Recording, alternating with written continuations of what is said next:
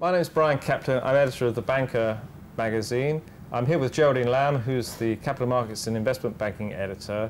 And we're talking about Basel III and the new regulations that are going to affect banking. Now, one of the things that happened in the crisis was that capital didn't really, not all the forms of capital that banks held in order to absorb losses were effective in preventing them from taking hits from the crisis. And there's been a lot of controversy about the role of so-called hybrid capital, which is like a halfway house between debt and equity, and other forms of subordinated debt. And they've obviously been doing a lot of work at the Basel Committee in terms of reforming this area of bank capital. So Geraldine, I know that you've been looking at what the Basel Committee is proposing, and what broadly is the thinking from how we're going to go forward in this area of bank capital?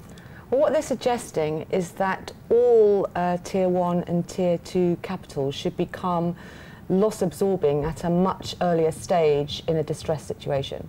So they're hoping that this will end the too big to fail debate and therefore level the playing field between the large and small banks, and that it would also end the moral hazard under which many people believe that bondholders have benefited at the cost of taxpayers because governments have stepped in before Yes. debt started to absorb loss.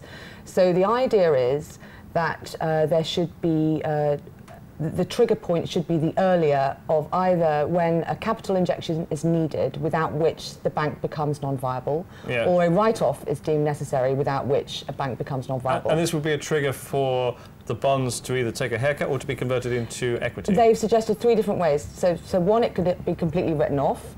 Two, it can be converted to equity, or it can be a balance of the two. But what's interesting is that the committee has not suggested what the terms of the conversion should be. So that would be up to banks on a kind of bilateral basis, or maybe a bond-by-bond basis, to negotiate with the investors the price of the bond versus the terms of the share conversion. Right. Now, clearly, if you attach these kinds of terms to bank bonds, investors are probably going to demand a higher price for holding them. Is that the sort of sentiments that we're getting from the investment and banking community? Well, definitely. I mean, obviously it's going to put costs up, but I mean, in the first instance, bankers are a little bit worried that it won't achieve the aims. So, for example, they're suggesting that it won't level the playing field because the bigger the bank is, the cheaper it will still be to issue subordinated debt. So therefore, it's not going to create a level playing field between the biggest and the smallest banks. Equally, they're worried that it's just going to destroy the market for lower tier 2 and other subordinated instruments. But you're right, I mean, it is definitely going to put up the cost of capital, whichever way you look at it. It'll push the cost of subordinated debt higher up towards the cost of equity. And so for banks that rely heavily on debt for funding, Yes. I mean, they will have the freedom, of course, to negotiate terms with investors. But the more they risk diluting shareholders by giving more generous conversion terms, the more upwards pressure it'll put on equity. Yeah. So either way, it's going to increase costs. And in this discussion, has there been anything about dealing with hybrid capital? Obviously, we've seen recently that some of the banks have come out with things like the COCOs, where you've seen kinds of instruments that will convert into equity if capital ratios fall below certain levels, or is that something that they haven't? They're putting off. I mean, I think that's a kind of separate discussion.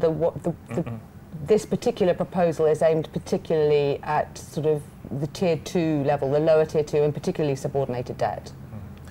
Okay, well, I'm sure that discussion is going to carry on. It's something that we're following very closely in The Banker. We do have a monthly column called Reg Rage, which looks at different aspects of regulation, and we try and gauge how much they're irritating the bankers. So look out for that in the magazine.